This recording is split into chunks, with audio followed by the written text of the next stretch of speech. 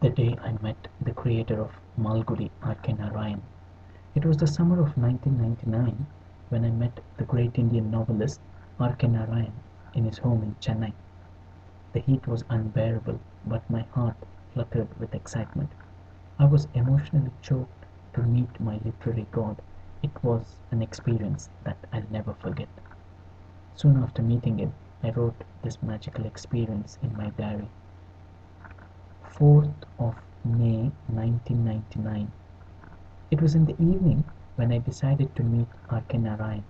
The Madras heat was literally eating me up. I'd waited for nearly 8 months to meet him, ever since I read the opening paragraph of the guide. I hopped on the bus number 5T, carrying a bag that contained my writings, cartoons, a portrait of R K Narayan that I had drawn, and my autograph book. I got down at the Alwarpet bus stop. There was a security guard at the entrance of the apartments where R K Narayan lived. The guard took no heed of me. The first house had another guard in the form of a dog. A Dachshund? I don't know. His ferocious growl made me forget the Madras heat for a moment.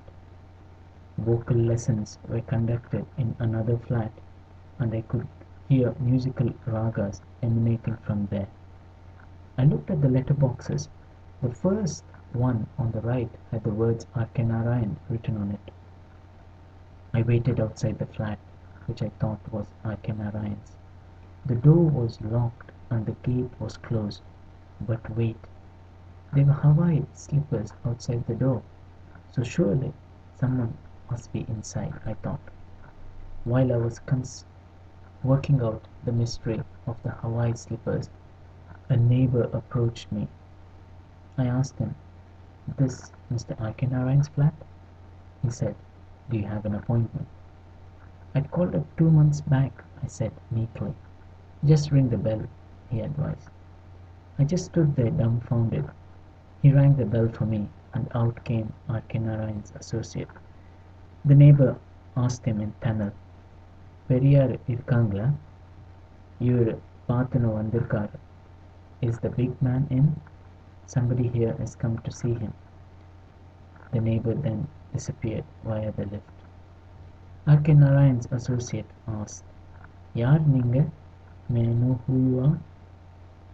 I replied quite softly in English, "I am a short story writer from Bangalore, J. Vinay." He asked for my card, but I didn't have any. He told me to wait and come back after a few seconds and said, "Bathroom la irkaru, konjam nero aavo." "He's in the bathroom, it might be a while." I said in Tamil, "Parvailla, ingada kaatittirpen." "Never mind, I'll wait here." I stood at the door, waiting to have a glimpse of R K Narayan. This time I was patient enough to wait till eternity, if need be. The evening rays of the sun receded behind a looming guava tree. I looked at my feet and cursed myself for wearing dirty socks. An army of black ants was marching under my feet. I leaped aside to make way for the tiny warriors. I could hear the whizzing noise of the AC.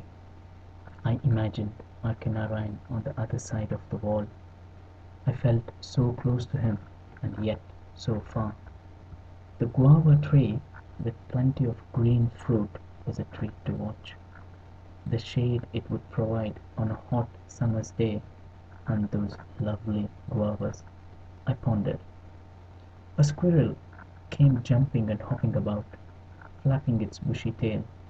It snatched a guava from the topmost branch and ate greedily. I'd waited for half an hour, but did not mind at all. I just observed the houses, walls, and the busy neighbor who was using the lift quite regularly. Now he was eating cut slices of mango. I heard the sound of the gate latch being opened. I stood at the door with attention. There he was, R K Narayan. We stood facing each other. My mind ruptured into a sea of emotions, filled with utmost love and respect. R.K. Narayan asked, "Who are you?" I replied, "Vinay from Bangalore." Bangalore. "Speak a bit louder, I can't hear you," he said. "Vinay, sir. I remember you've been writing letters to me." I took out my art album and showed him his portrait. "Sir, I have drawn you. Please autograph." "Are you an artist?" "Yes, sir, and a short story writer." "But it doesn't look like me," he protested. "This is when you were young." "Okay," he said.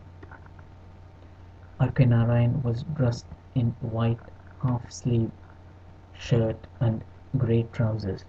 He was holding his three-stilled metal walking stick. He had a black watch wrapped around his right wrist. Mind you, he was 98, 93 years old. He held the walking stick quite firmly. He wore thick black spectacles with an even thicker lens. His hearing was not that great, but I spoke louder than normal. "Can you autograph here, sir?" I repeated my request. "Sorry, no time. I have to go." "Please, sir," I pleaded. "You should have called me before coming." "Sir, the line got disconnected." I made up an excuse. He said, "I'm going out, and what's that bundle?" I walked with R.K. Narayan for a few meters and felt a surge of exhilaration. Walking with the creator of Malgudi, how fortunate I was. At the foot of the stairs was one of my cartoons, an illustration of Mother Teresa holding an infant in her arms. Probably it had slipped off the album. R.K. Narayan pointed it out and asked, "Is it yours?" I picked it up reverently. I was still pestering him for an autograph, but he was determined not to give me one.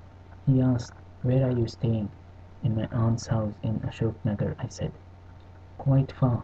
Call me up tomorrow and fix an appointment." "What time, sir?" 10.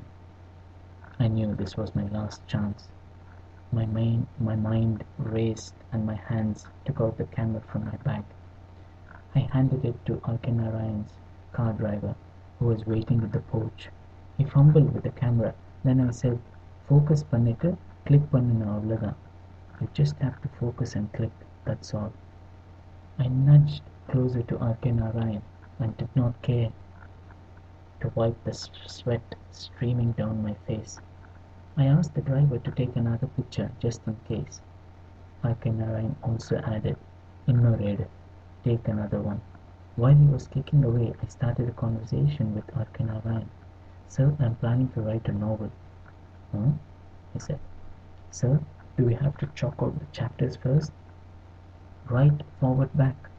Just keep writing daily," he said, happily grinding an aromatic nut between his teeth. He seemed to relish the taste. "You're taking a photograph with me. Then why come tomorrow? It's all right then." I smiled and said, "Thank you, sir." He patted my back and said, "Go ahead, just write." He stepped into the white Fiat Uno that was waiting for him. I just stood there and watched the car disappear round the bend. I was floating like a feather on cloud nine. I slowly walked back to the bus stop and waited for the bus to take me back home. 2 years later, R.K. Narayan passed away, leaving his endearing Malgudi characters with us for company. Inspired by his words, I wrote my novel, Warp and Weft, which is now available to readers all over the world. I knew the only way to thank R.K. Narayan was through words and writing words only.